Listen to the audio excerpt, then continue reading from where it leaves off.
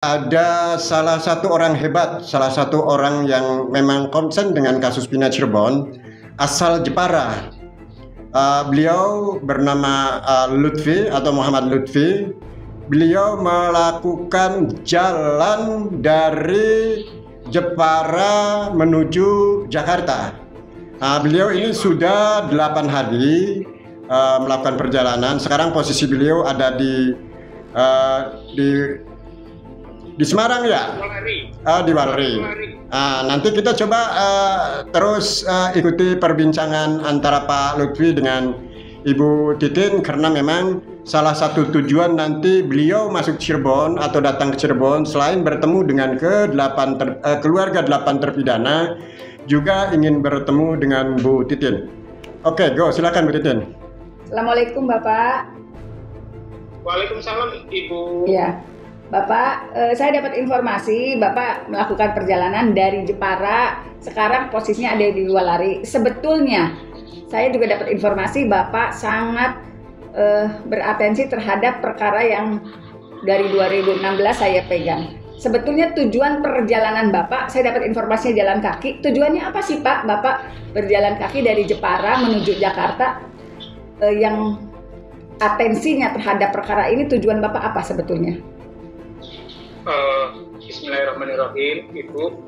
Saya dari hati yang paling dalam, saya ingin menyampaikan bahwa saya tergerak melakukan jalan kaki dari Jepara ke Jakarta untuk bertemu Pak Prabowo, menagih janji-janjinya.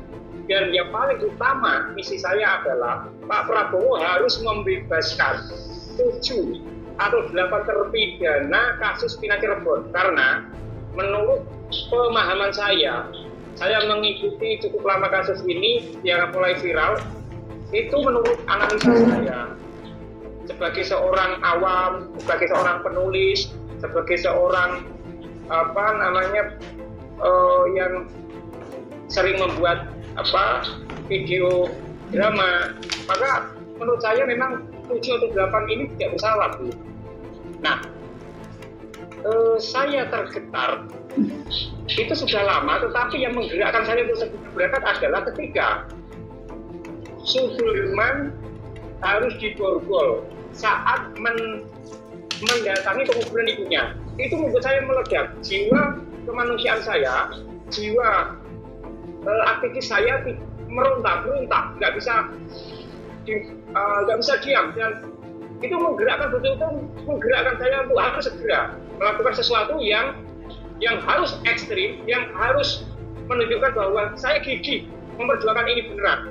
Karena begini Bu, saya bayangkan 7 anak muda harus kehilangan kehidupan dan masa depannya atas sesuatu yang tidak dilakukan dan hanya berdasarkan fitnah. Ini menyakitkan. Saya sebagai seorang bapak, menyakitkan sebagai rakyat yang mendambakan pemerintahan yang bersih dan menegakkan hukum, dan sebagai manusia. Nah, motif saya jalan kaki itu agar satu, diperhatikan apa yang saya perjuangkan, dan saya ingin menunjukkan bahwa saya tidak hanya ngomong, saya tidak hanya ngeritik, tetapi saya melakukannya dengan jalan kaki, sebuah upaya yang memerlukan effort dan resiko tinggi. Gitu loh Bu. Ya Bapak, kan begini Pak, 2016 saya pernah berusaha meyakinkan waktu itu di persidangan bahwa ke-8 terpidana itu waktu itu masih terdakwa, tidak pernah melakukan perbuatan yang dituduhkan. Tetapi waktu itu memang atensi masyarakat juga tenggelam Pak, karena memang wartawan sendiri saya tahu betul dilarang untuk mengekspos berita mengenai perkara ini. Kemudian di tahun 2024 saya didukung oleh orang-orang yang hebat, didukung oleh DPN Pradi, kemudian juga ada atensi dari tokoh-tokoh yang pada akhirnya memberikan kesaksian di sidang PK. Cuman pada akhirnya keputusan Mahkamah Agung juga menolak, yang artinya di Mahkamah Agung sendiri seperti memiliki keyakinan Pak, 8 terpidana itu melakukan tindakan yang saya yakin tidak bersalah, tapi mereka karena menolak berarti memiliki keyakinan. Sementara mohon maaf Bapak yang berada di lingkungan masyarakat umum, Bapak hanya aktivis kok begitu meyakini kalau 8 terpidana ini tidak bersalah. Apa sih Pak yang memperkuat keyakinan Bapak sehingga Bapak melakukan tindakan yang menurut saya capek banget loh Pak. Bapak jalan dari Jepara menuju ke Jakarta hanya untuk bertemu Pak Prabowo dan keyakinan Bapak itu ingin disampaikan. Apa Pak keyakinan yang memperkuat Bapak itu Pak? Yang pertama, kenapa saya yakin 7 atau 8 ini tidak bersalah? Karena satu, CCTV tidak dibuka oleh polisi. Kemudian tidak ada saksi yang meyakinkan bahwa mereka berdelapan ini melakukan. Tidak ada saksi yang meyakinkan. Kemudian mereka mengalami penyiksaan yang pedih. Nah, orang Bu yang masih semuda itu, kalau betul-betul melakukan, maka disiksa belum seberapa pun dia pasti ngaku. Secara psikologis, dari ilmu psikologi yang saya pelajari, orang yang masih seumur muda segitu benar-benar melakukan kejahatan besar, ketika jangankan disiksa sampai pedih, baru disentuh dikit aja pasti ngaku. Tetapi yang saya pahami, mereka tidak mau ngaku sampai disiksa seperti itu. Nah, terpaksa ngaku setelah nggak kuat. Artinya mereka tidak melakukan. Yang kedua, saya mohon maaf, saya mempelajari ilmu mikro ekspresi. Saya mempelajari personality manusia. Saya juga mempelajari komunikasi. Dari 3 hal yang saya pelajari itu tidak menunjukkan bahwa mereka adalah pembunuh.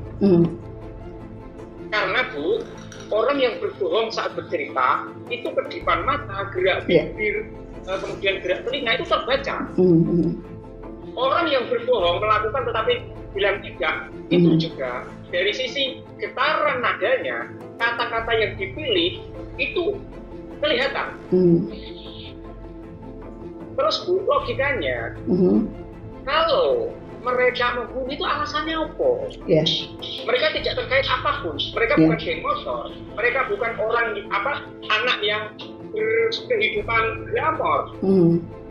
Terus sedangkan yang diduga terbunuh Vina dan Eki adalah anggota geng motor, glamor yang harus punya motor bagus. Dan mereka nggak punya.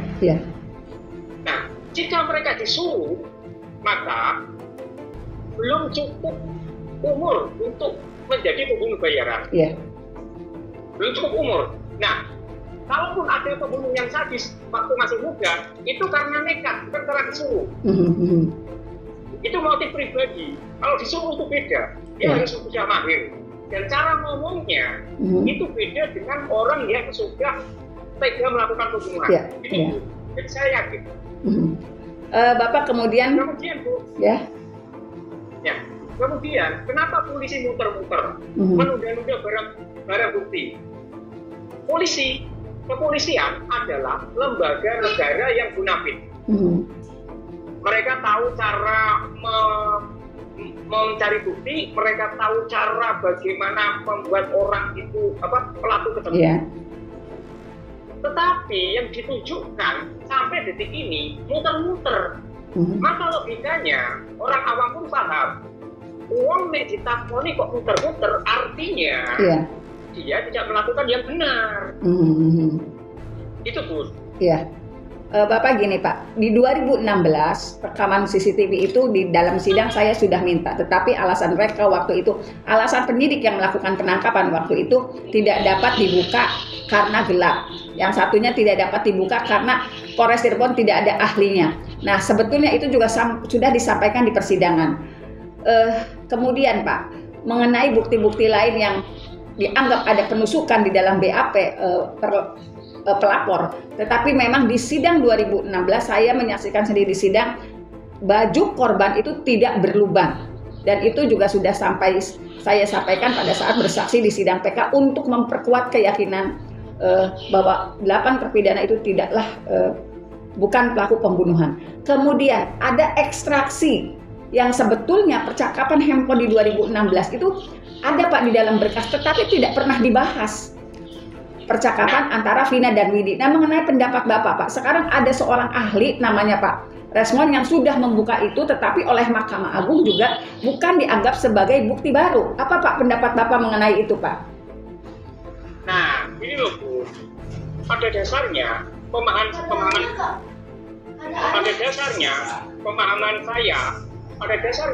saya masalah hukum adalah begini. Hukum itu ada untuk memberi sanksi atau hukuman kepada yang bersalah dan membebaskan yang tidak bersalah, bukan sebaliknya. Karena hukum itu asasnya keadilan dan moral. Jika orang yang tidak bersalah dihukum, maka asas keadilan nggak ada, dan itu jauh dari nilai moral dan kemanusiaan. Nah, kemudian jika Mahkamah Agung alasan menolak PK-nya seperti itu tidak ahli hukum pun bisa menilai. Kok kayaknya alasannya ini dibuat-buat, gitu loh. Nah, jadi kami rakyat biasa pun dan netizen biasa lah, itu MA seperti gini Bu, itu MA seperti pura-pura bodoh menurut saya dalam kasus ini loh ya. Nah, jadi nggak logis, artinya rakyat ini sudah pinter, jangan digoblok-goblokin. Gitu. Dan jangan permainkan hukum, karena Bu, saya bergerak ini adalah saya sudah muak, sudah minus. Kalau negara hukumnya nggak tegak, maka semua aspek akan hancur. Kalau tidak dilawan sekarang kapan? Kalau tidak kita siapa? Gitu. Itulah dasar saya sekarang bergerak, rela jalan kaki dari Jepara ke Jakarta, karena saya sesuai omongan Pak Prabowo saat kampanye. Kalau tidak kita siapa lagi? Kalau tidak sekarang kapan lagi? Ini kasus 7 terpidana ke 8 ini adalah batu loncatan bagi kita semua rakyat untuk memberikan perlawanan terhadap kezaliman dan hukum yang dipermainkan. Gitu loh Bu. Iya. Bapak, dengan penolakan Mahkamah Agung yang menyatakan bahwa tidak ada hukum baru, kemudian juga hal-hal yang disampaikan Pak, walaupun sebagai tim kuasa hukum yang juga tergabung di Pradi juga saya belum tahu salinan putusannya karena memang belum sampai kepada kami. Sementara Bapak sebagai orang awam, mohon maaf ya Pak ya, mungkin Bapak melihat ya Pak proses persidangan PK waktu ditayangkan di TV-TV ya Pak ya? Iya, saya lihat. Ya, saya seperti yang tadi Bapak sampaikan, Bapak punya keyakinan bahwa 8 terpidana itu sudah mengalami penganiayaan yang kejam, dan Bapak yakin dari gestur tubuh, dari semua gestur, karena Bapak bisa baca itu, yakin mereka memang mendapat perlakuan yang seperti itu ya Pak ya di 2016. Iya, betul Bu. Jadi menurut saya penolakan MA terhadap PK 7 terpidana ini menurut saya adalah sebagai orang awam, hukum kok dipermainkan, orang yang salah malah tidak dibebaskan, yang salah malah tidak dicari. Itu bukan prinsip dasar. Lho kok sing salah gak digoleki, kok iki sing ora salah dipaksakan aku. Terus ketika dia merasa tidak melakukan, mengajukan PK untuk membuktikan kebenaran, malah tidak diberi ruang oleh Mahkamah Agung untuk membuktikan kebenaran. Ini kan naif Bu. Kan Mahkamah Agung, namanya aja Mahkamah Agung, hakimnya hakim agung, maka dia hakimnya para hakim, artinya dia punya kearifan, kebijakan, punya wawasan yang cukup untuk mewujudkan hukum yang tegak dan adil sesuai falsafah dan etika hukum. Tapi hakimnya hakim kok malah begini. Orang awam tahu Bu, itu alasannya hanya main-main, nggak nalar hukum. Gitu. Kita muak. Bu, kita rakyat ini ekonomi sudah begini, Bu, dikasih kepuasan dengan penegakan hukum, kita kan bahagia. Wes ekonomi tertekan, kerja sulit, kebutuhan pokok naik, hukum dipermainkan. Apa nggak sakit hati? Iya. Bapak gini Pak, kan ada beberapa praktisi hukum juga yang menyatakan keputusan Mahkamah penolakan PK dari ke 78 terpidana itu ada dugaan untuk melindungi institusi. Kalau menurut pendapat Bapak, sependapat nggak Pak dengan pendapat itu Pak? Untuk melindungi siapa Bu? Untuk melindungi 3 institusi. Dengan penolakan itu ada dugaan penolakan PK. Nah, itu menurut Bapak gimana Pak? Betul. Ya secara logika ini Pak Bu, kalau yang terlibat ini adalah anaknya polisi ya yang korbannya, kemudian bapaknya menggunakan jajarannya untuk menyiksa si 7 terpidana ini. Kemudian MA dengan nalar hukum yang cacat, ini pasti ada yang dilindungi. Sesuatu yang dilakukan dengan tidak benar, dengan menutupi kebenaran secara brutal, maka pasti ada yang besar yang dilindungi. Terus ini nalar hukum bu, nggak usah orang pinter, emak-emak berjasa juga pasti paham. Itu karena sebenarnya dalam kehidupan rumah tangga itu kan sudah terjadi saling melindungi. Artinya dalam skala kecil kita itu paham kalau bahwa sesuatu yang dilakukan manipulasi yang dilakukan dengan brutal pasti melindungi sesuatu yang besar. Itu orang tukang parkir paham kok. Saya sering bercakap dengan orang parkir ya, itu juga begitu, ini nggak bagus ini gitu loh. Bapak, saya sangat beratensi, berterima kasih banyak banget terhadap perhatian Bapak terhadap perkara ini, Pak. Saya dari 2016 luar biasa merasa tersanjung, merasa terharu, karena dulu saya tidak pernah mendapat perhatian seperti ini. Tidak pernah mendapat dukungan yang luar biasa dari masyarakat Indonesia dan seluruh netizen. Bapak yakin apa yang Bapak lakukan dapat berhasil atau setidak-tidaknya menyentuh para petinggi di Republik ini, Pak? Bu, saya bergerak memang atas niat dan hasrat saya sendiri, tetapi saat berjalan ini saya merasa ditambahin tenaga dari langit. Karena secara kondisi tubuh saya umur 50 tahun, bisa jalan sejauh ini tanpa merasa sakit, padahal saya nggak pernah jalan jauh. Dan sejak awal saya tekadkan, saya harus jalan kaki ke Jakarta ketemu Pak Prabowo nagih janjinya. Dan yang terutama bebaskan ini, karena ini menunjukkan keseriusan Pak Prabowo memberantas mafia hukum. Karena keterkaitan tujuh terpidana ini dengan merembet kemana-mana. Maka kalau Pak Prabowo bisa membebaskan ini, artinya itu satu kali gayung beberapa puluh terlampaui. Artinya janji Pak Prabowo itu walaupun hanya membebaskan ini, itu beberapa janjinya otomatis terwujud gitu. Dan saya harus ketemu Pak Prabowo, tak tongkrongin sampai Jakarta. Kalau di sana presiden nggak menginginkan, saya akan ke Kertanegara. Kalau di Kertanegara kan saya tongkrongin di Gebalang. Pokoknya Pak Prabowo harus ketemu saya. Ya, terima kasih. Ya, terima kasih Bapak atas support kepada kami, kepada keluarga terpidana. Saya pengen sekali ketemu Bapak ketika Bapak perjalanannya sampai di Cirebon ya Pak ya. Saya tunggu Bapak di Cirebon ya Pak ya. Mudah-mudahan Bapak selalu sehat ya Pak ya. Amin. Ya, dapat barokah. Kemudian di selama perjalanan juga ada orang-orang yang mendukung Bapak ya Pak ya. Terima kasih banyak Pak. Saya pengen sekali ketemu Bapak di Cirebon ya Pak ya. Ya. Salam hormat saya kepada Ibu, salam kagum saya kepada Ibu. Salam perjuangan Bu. Salam perjuangan Bu, kita berjuang bersama. Salam perjuangan Pak. Sekarang. Ya. Terima kasih banyak Bapak. Waalaikumsalam warahmatullahi wabarakatuh. Waalaikumsalam. Ya. Waalaikumsalam warahmatullahi wabarakatuh. Terima kasih banyak Bapak.